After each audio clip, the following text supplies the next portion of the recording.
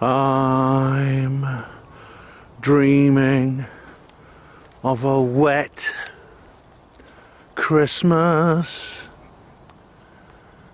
just like the ones we've never known, where aircraft spray and temperatures stay in double figures with no snow. COP 26 is coming with a plan to deindustrialize. If you don't care, we will create a scare, so you'll believe our carbon conning lies.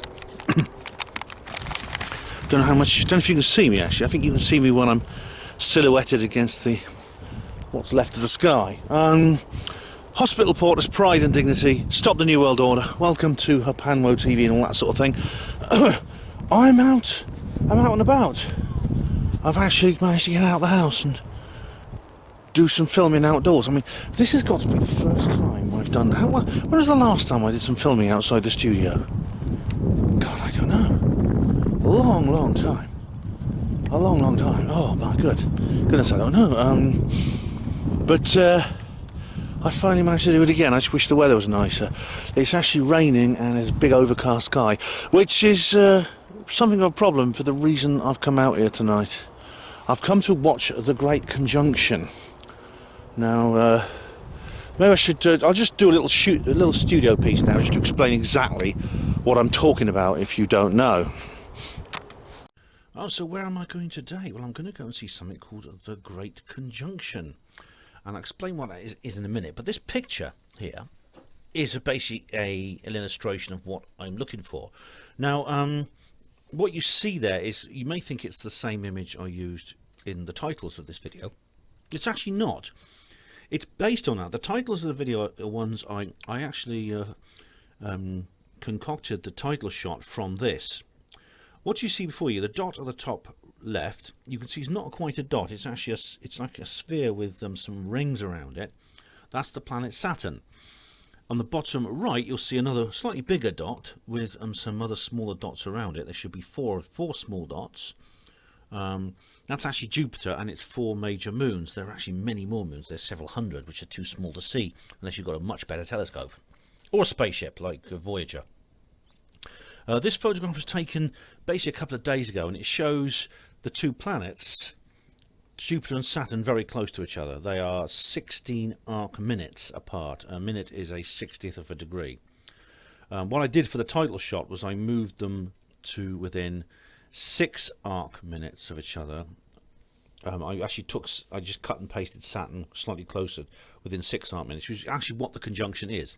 If you could see it with a proper telescope, and I don't have a telescope that could get an image like this, even if the weather is on my side, which in England is always a bit of a toss-up, I would not be able to get an image like this. But what you see here is these two planets very close to each other on the celestial sphere. This is the Great Conjunction.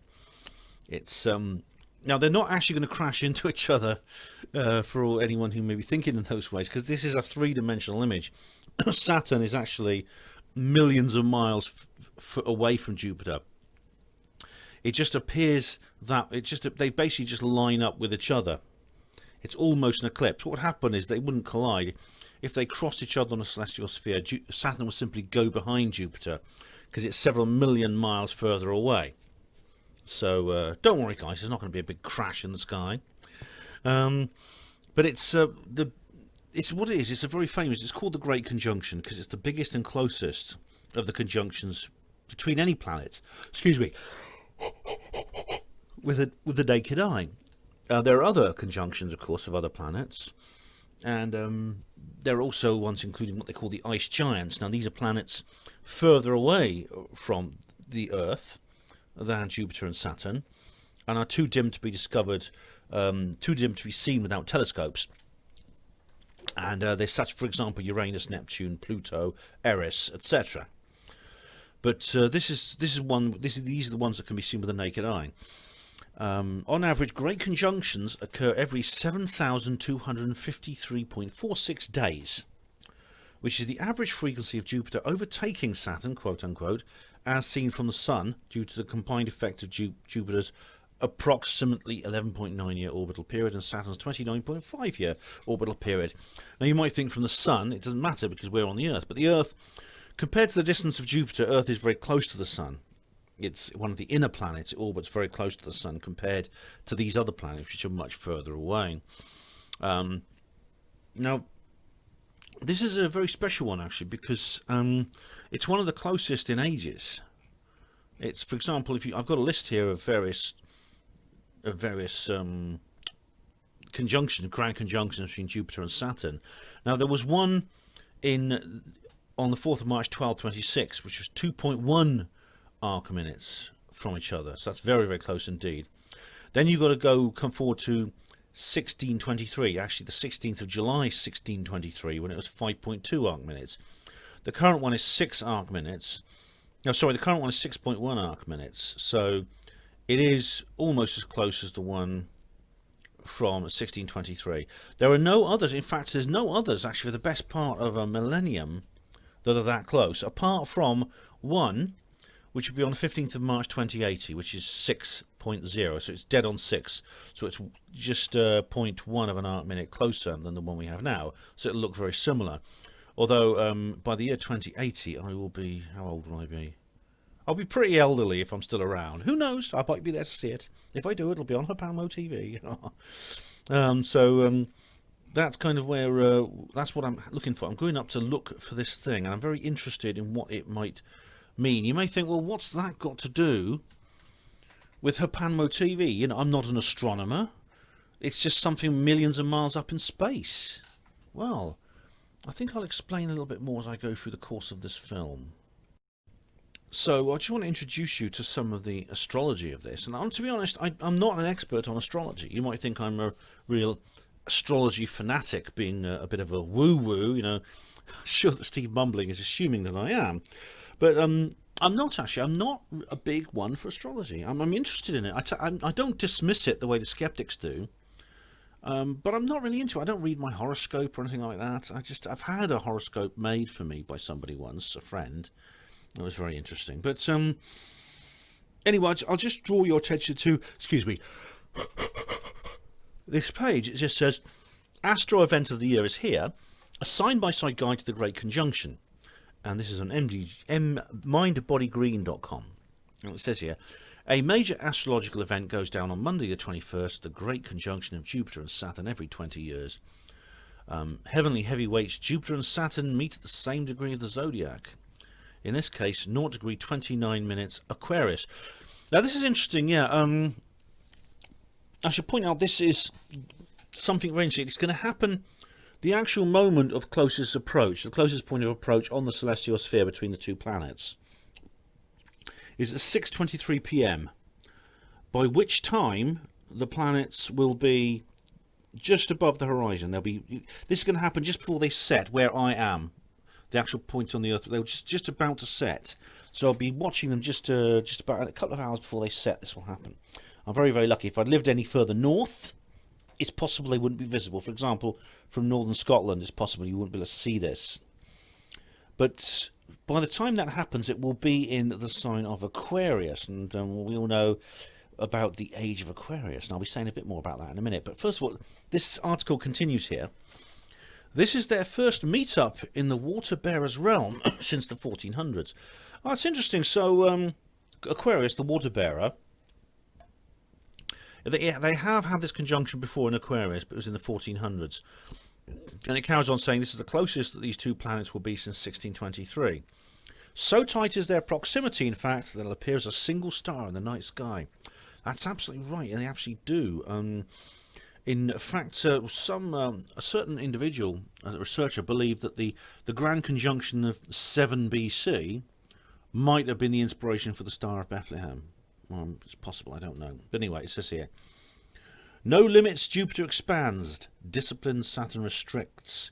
The red-spotted planet loves to gamble while its ringed next-door neighbour is about cautious investing.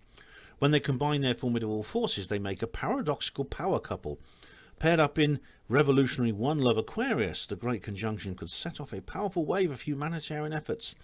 Power to the people, uprisings and sci-fi developments. And the article just goes on to discuss each particular sign, which I won't bother with. Now this is something the astrologer who did my birth sign horoscope told me, that because Saturn was very powerful in one of my houses. I don't know what that means exactly. She did explain, but Saturn is the planet of discipline. It's a planet of restriction. It basically grounds you, brings you back down to earth. Saturn is it represents time. For example, it's known as Kronos in Greek, which is the god of time, and it's all about scheduling and things like that.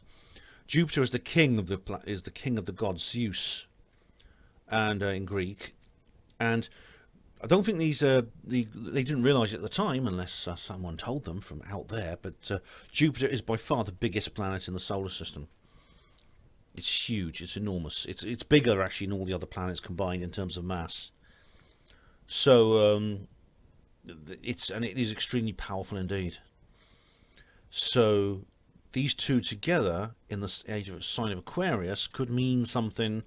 I'm not sure what exactly, and I know people who watch this channel are very into astrology, and possibly you guys could fill me in the comments section. I'd be very grateful. Well, hello there again. I don't know how much you can actually see of me right now. I've actually got an umbrella. Maybe it'll come out better on the film than it does on the viewfinder, but I've got it's starting to rain a bit now again. It's sort of been raining on and off all day. There was broken cloud earlier on. I thought I might be lucky because I thought it might clear up by this evening, but unfortunately the opposite has happened. It's just closed over. Now of course this is all a part of living in England, isn't it? And I'll just can you see the Oxford Science Park behind me? There's lights there. Yeah. It's all a part of living in England. It's inevitable. It's something like this is always possible, you know, toss of a coin.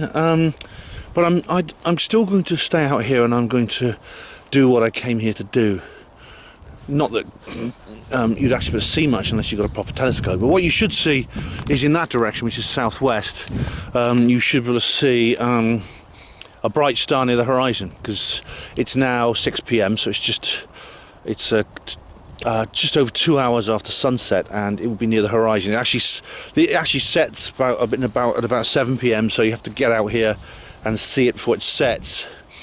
If I was any further north, as I think I say in the studio segment, it wouldn't be much point, because it would actually the moment of conjunction would actually happen when the planets have set. So I'm lucky. I'm just south enough in latitude that I'm actually able to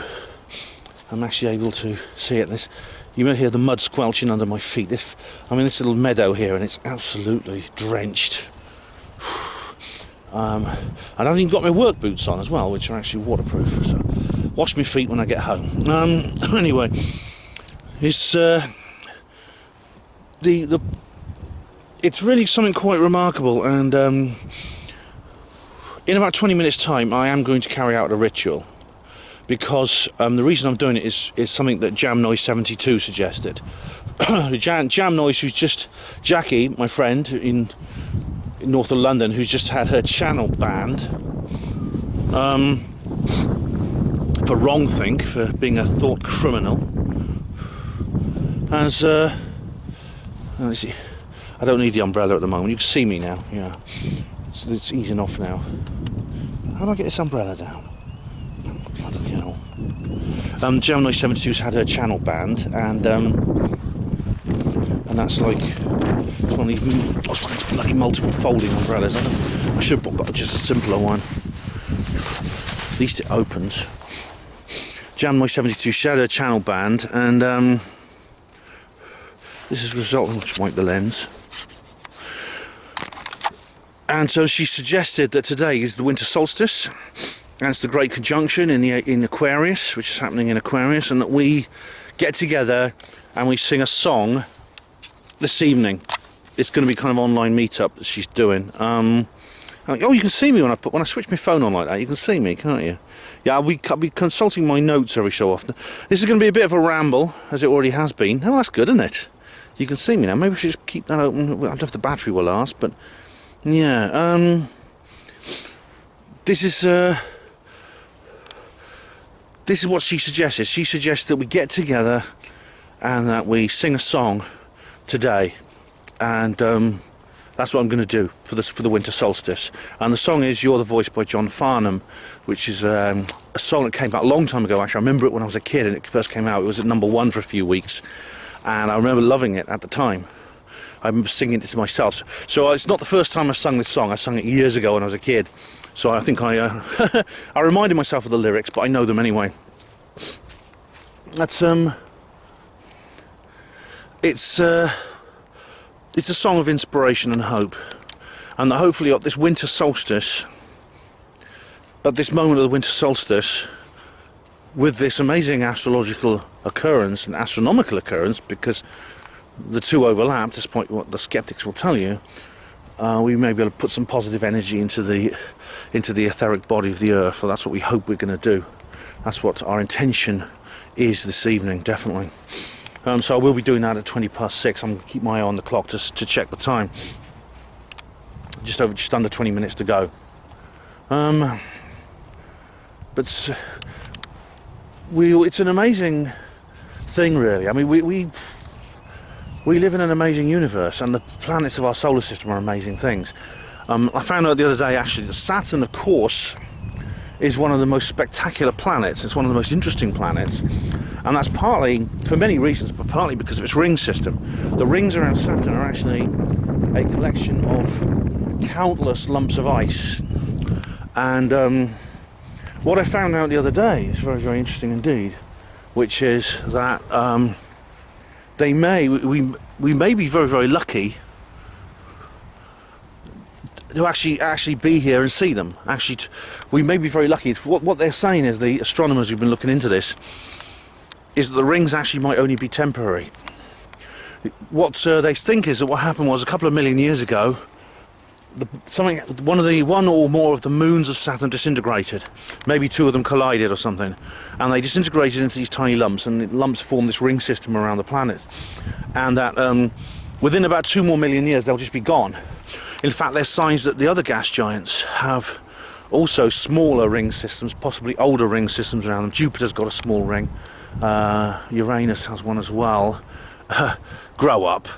We've heard all those jokes. So we're kind of like, we may be incredibly lucky to be here at this time to witness this spectacular event. Let's face it, without those rings, Saturn would be just like a small version of Jupiter. It would be a bit less interesting, I think. Well, considerably less interesting. So that's really quite... I can't help feeling there's something auspicious about that. It's rather like several other cosmic coincidences we've found. For example, the fact that we have the total eclipse of the sun. This is something that must be very, very rare in the universe. Well, obviously, if the universe is huge, probably infinite, so there's probably many, many other occasions, but it's a rare treat to be on a planet which has such a thing as the total eclipse of the sun, because the total eclipse of the sun occurs because the apparent size of the moon and the sun on the celestial sphere is exactly the same. So that when the moon actually eclipses the sun completely, you get this amazing effect. You can actually see the sun's corona and things like that. That could only occur on a planet which has that effect, which has a moon which orbits it in the plane in the plane of the ecliptic, which its star is in, like the home star, whatever they call it. Because of course the sun is a star. You'd have to be extremely lucky to have that. But obviously it does happen on some planets, but it must be very rare when you consider all the permutations and the size of the solar system and things like this. If the Earth had been just a a couple of million miles closer or further away than the sun than it is, or the moon had been just a tiny different size, you wouldn't get it. You'd get like transits, you'd get annular eclipses, you would never ever get the total eclipse. And I think it's almost like we are products of an incredible series of synchronicities, and maybe what we're looking at now is the same. Now, there's several people have said, there's several videos going around about this conjunction, which I think possibly go over the top in terms of their speculation about what it means. For example, they say it's the dawning of the age of Aquarius, or that it's the end of the Kali Yuga and the beginning of the Satya or Arya Yuga, or that it's actually the real Mayan calendar 2012 date and they got the original date wrong. And that's actually not true. Firstly, the age of Aquarius, now this is to do with the retrograde precession, which again is it's to do with the very strange way the Earth rotates. And I don't know if the other planets actually do this, but the Earth actually rotates on course on its axis, which is, it just spins like a gyroscope on its axis. Every 24 hours it just rotates. However, the rotation is not as simple as that. It doesn't just rotate on one axis. It rotates on a second axis very, very slightly, which means that the rotation, the second axis being the other in the other direction to the actual polar axis.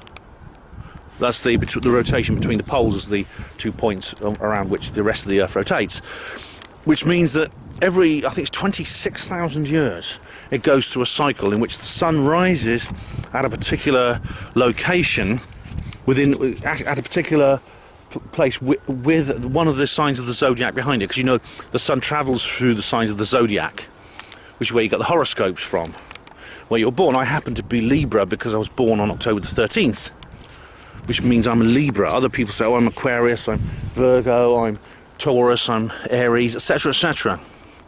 That's to do with where the sun was during the period you were born, which constellation it was travelling through. What makes it more complicated is there are cusps. That is, there are no actual agreed points where one constellation ends and another begins. Constellations are just a collection of stars in the sky which resemble a certain pattern. Now, where does one pattern begin and another end? And astrologers and astronomers are not completely agreed on that. Now, the age of Aquarius is what happens is when the sun rises, it's rather like the months, and when you're born in terms of the months, except it's a 26,000 year cycle instead of a 12-month cycle, a 1 year annual cycle, and each cycle is basically each sign of the zodiac. The sun spends several millennia travelling through during the course of this retrograde precession, and astrologers don't actually agree on when one constellation ends and another begins. So according to some astrologers, this is the age of Aquarius already, and it dawned a long time ago. Some say 1920, some say the 19th century, some put it back even earlier. That's when the age of Aquarius dawned. Others claim that we will not enter the age of Aquarius for the next couple of 100 years. Some put it as far forward as the 24th century AD. Either way, I mean, it's like that song from Hair. This is the dawning of the age of Aquarius. The lyrics of that song go, when the moon is in the 7th house and Jupiter aligns with Mars, peace shall rule the planets and love shall steer the stars. That's not actually real astrology, it's just kind of like, it sounds like it, you know. It's when they say the moon in the 7th house. The moon is actually in the 7th house for 2 hours every day. And Jupiter and Mars align quite regularly, but it's just some lyrics they put into the song, poetic license. However, so there's no actual one moment which is the dawning of the age of Aquarius. There's no one day you can get up in the morning and say, oh, the age of Aquarius has begun. Now, another thing, it's rather strange synchronicity with the present age, is that another calendar, another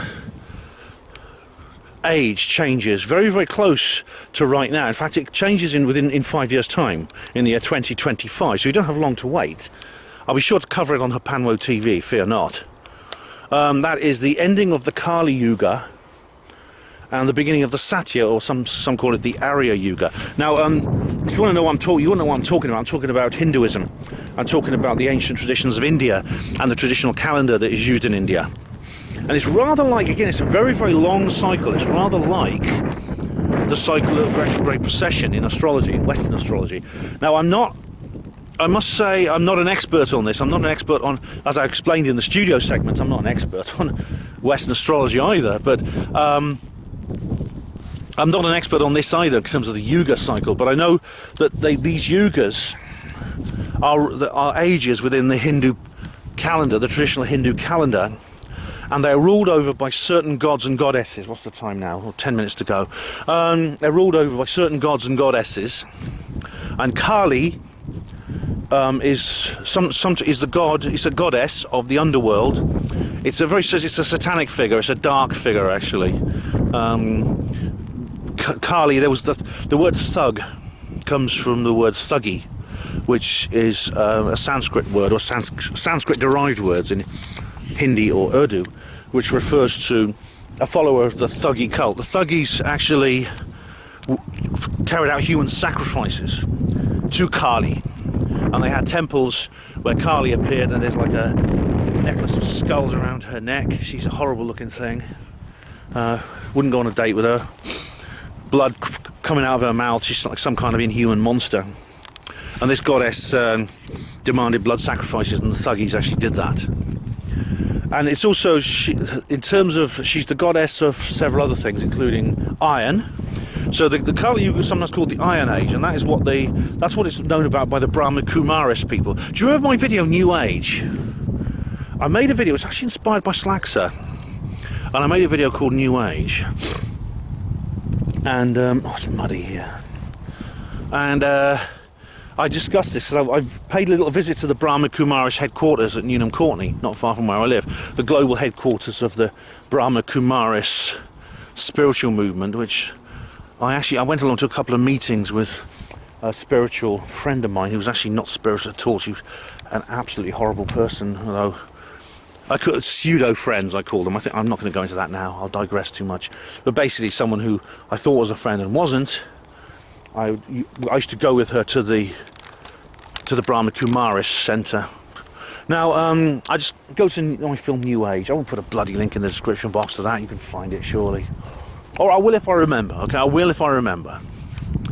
Or I'll make a note. We go through this cycle all the time, don't we? Okay then, New Age link. Vid link.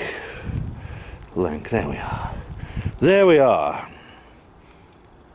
Okay. Happy now? So, the Kali Yuga ends, and the New Age, sometimes the Brahma Kumaris people call it the Golden Age. I know it's called the Satya Yuga, or I think it's called the Arya Yuga as well. And it's known as the Golden Age, or the Great Age, the Wonderful Age, and the Superior Age, or things like that. They have several different names. Basically, very, very positive. And so the Kali Yuga gives over to the Golden. So the Iron Age ends and the Golden Age begins. Again, I don't know how much of this is proper Hinduism and how much of it is Brahma Kumaris pseudo-Hinduism. I don't know which is which, but that's actually what's... If I turn to the lights, does the Oxford Science Park light up my face? Maybe it does a little bit. So I'll keep the Oxford Science Park behind the lens, and then you can see me maybe a bit better. You want to be able to see my features, don't you? Don't all shout at once. But so, again, it's very like the Age of Aquarius. People talk about the Age of Aquarius as being like a new age of peace and love and things like that.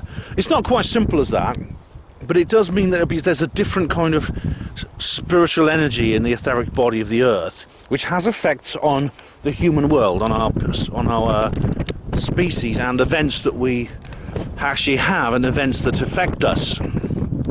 I'm raising my voice slightly because there's a slight breeze, which might be affecting the microphone. Now, it's one of these things that probably I'll cover in more detail at the time. I will cover it in more detail in the future, closer to the time. But another theory, I found this video sent to me actually by someone who watches my videos, and they said that this is also apparently the real Mayan calendar turning point is today. Now I know there was a bit of contention back in 2012 over exactly when the Mayan calendar changed, because some people were saying it was not actually the 21st but the 23rd of December 2012. Others were saying, I think it was tied in with the time wave zero thing that Terence McKenna came up with, that it was actually in November. There was a bloke who wrote in the, what's that magazine called? Brilliant, very short-lived magazine. Dot Connector magazine. And they actually had a guy saying that actually it was time wave zero was in November. It was November the 22nd. Almost a month before the official date. I mean, based on the evidence that I looked at, including Jeff Stray and the work he did, I did go along with the 21st of December 2012. That seemed to be the most likely location. I've seen no evidence to suggest that now they're moving it forward to the 21st of December 2020. Well, they were 8 years out, well, the Mayans were actually 8 years out. They just said that. I've seen no evidence for that. They don't explain, this particular video didn't explain why the Mayans got it wrong, which are 5 minutes to go.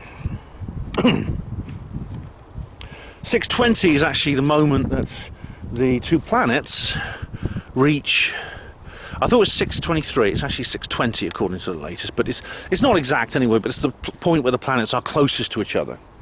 And I say close, right? I mean, some people, including some kids, might get scared by this, thinking they're going to crash into each other or something and blow up and kill us all. And God knows what you flat earthers are going to think about it. How are you flat earthers going to explain this? I can't wait to find out.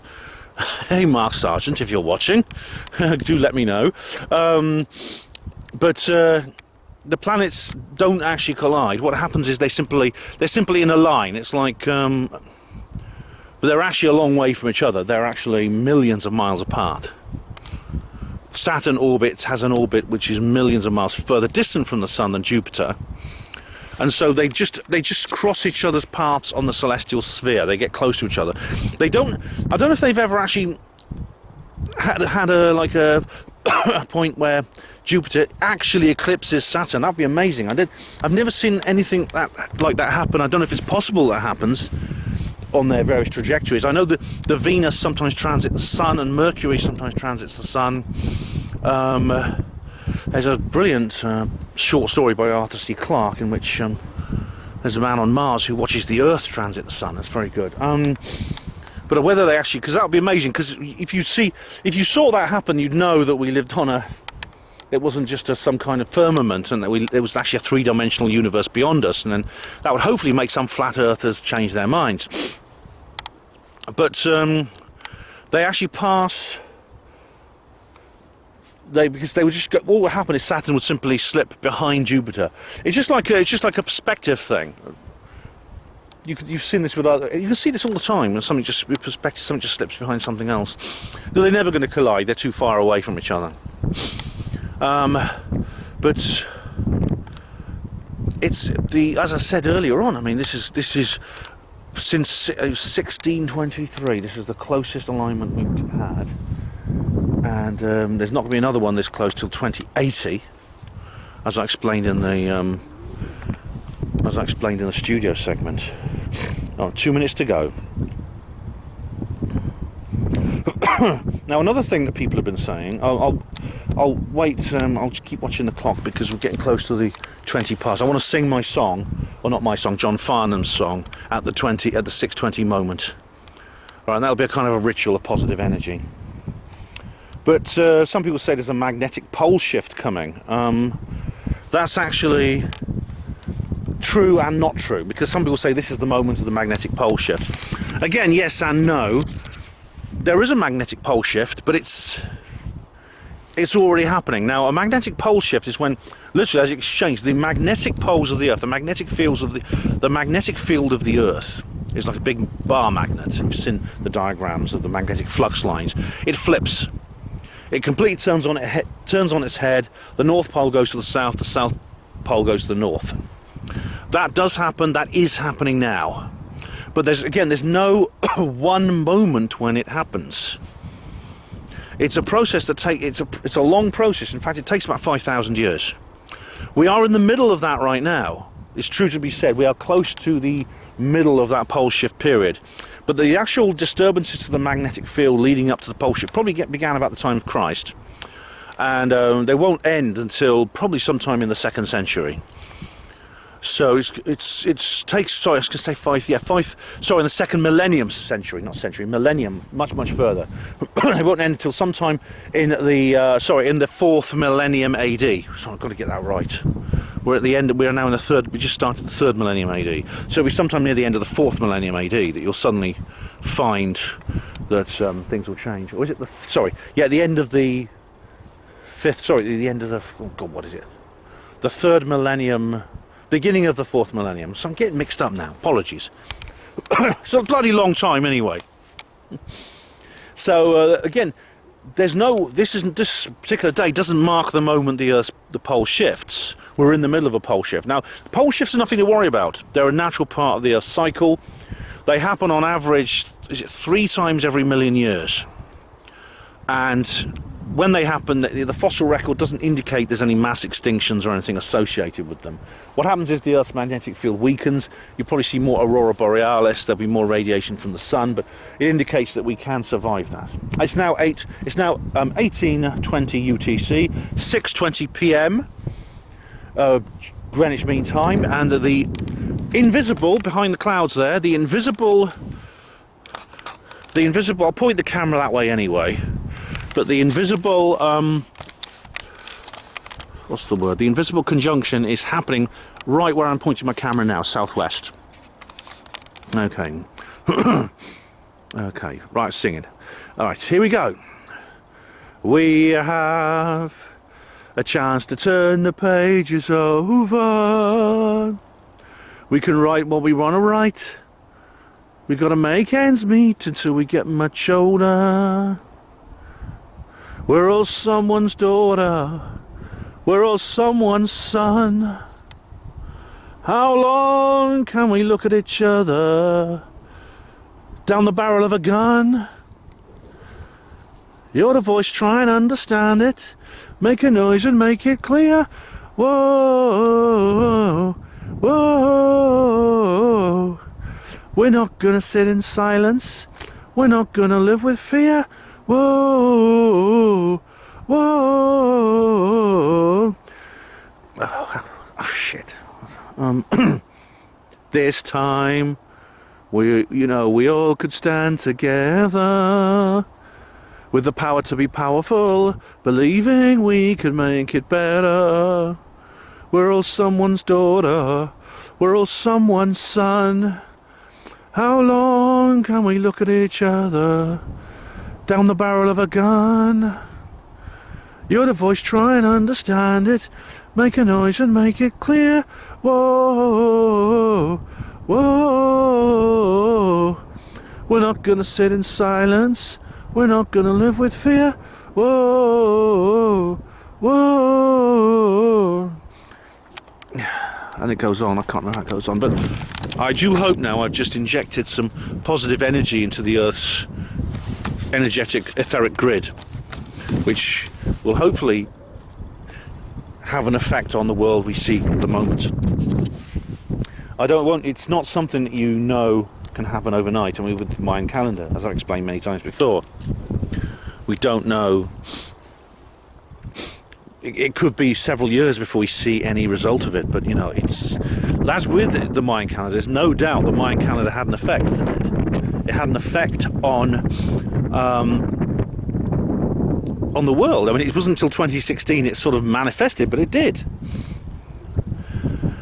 There's another theory that the Saturn and Jupiter conjunction of 7 BC inspired the Star of Bethlehem.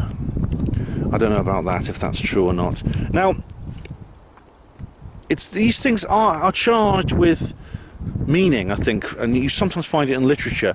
Now, I love the Chronicles of Narnia by C.S. Lewis. If you haven't read them, do it. I mean, read The Lion, the Witch, and the Wardrobe if you read any of them, but really they are so... The entire series is so good. Some people say there's astrological symbolism within the books themselves, and they represent, each one of them represents a planet, but I don't know. But really, definitely... it's worth seeing, definitely worth seeing. Someone sent me this idea that there's also going to be solar flares and power outages. Now, I've seen no evidence for that, none at all. I've seen no evidence that that's the case. We are living in a world, though, of course, where a lot is happening at the moment. I mean, I'm trying to write a new book at the moment, and I just can't find the time. I can't turn away from the real world because there's so much happening in the real world. I'm kind of like fixated on it. I can use this to light me now because I don't need my notes anymore because I've gone through my notes. There's just too much going on. It's just been announced that all of London and southeast England is now in a complete national lockdown, complete full lockdown like the national one earlier. Christmas is basically off now for everyone, for those people in that area. I'm funny, where I am in Oxfordshire, we're in a tier 2 situation. We're like a little peninsula with tier 4 areas right across Berkshire and West Berkshire, right through Buckinghamshire. So we're like, any moment Oxford could go into tier 4 as well. And you know what I think about that. You've seen the videos where I talk about how awful that is. There's all the stuff to do with the election in the United States, which was not faked, of course, and the properly elected president, Joe Biden, and everything that he represents.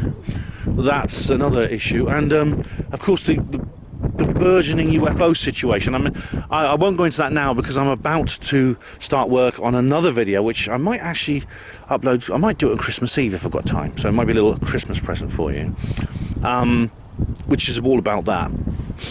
So much is going on in the world, such a huge amount. I mean, I can sense an undercurrent. I can sense that there is a large amount of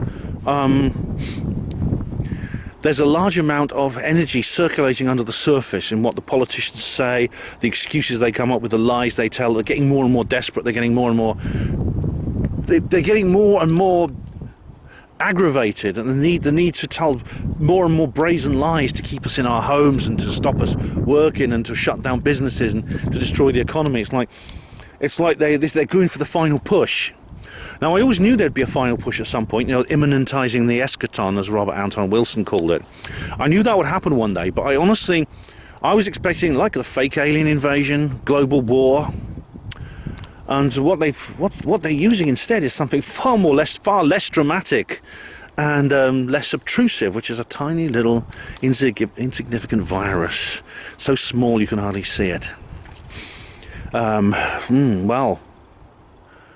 That's quite something. That is something we have to deal with at the moment. But I honestly don't see this going backwards. I mean, this is something it's a double or quit situation, ladies and gentlemen. It's forwards or that's it. It's all or nothing. This is the make or break situation, the win or lose.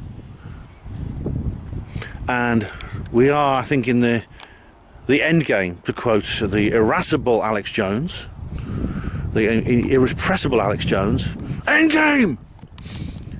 I do think, I mean, there's been other times when I thought there was an endgame, but really, now things are so extreme, I think this is it. So, either we are going to end up in the New World Order, in which case I'll be dead, because they won't let me live. I wouldn't want to live in the New World Order, or we're going to defeat the New World Order. One of those things is going to happen very soon. And it could be this strange planetary conjunction, this amazing planetary conjunction in the sign of Aquarius on the Winter Solstice. In fact, think about it. That occurring on the Winter Solstice, something ever happens. Well, how often do these conjunctions happen? Times that by 365. Incredibly rare. Could just be, if not the cause, then the herald of the last battle. We'll see, ladies and gentlemen, but I will be covering all the developments as they come and go.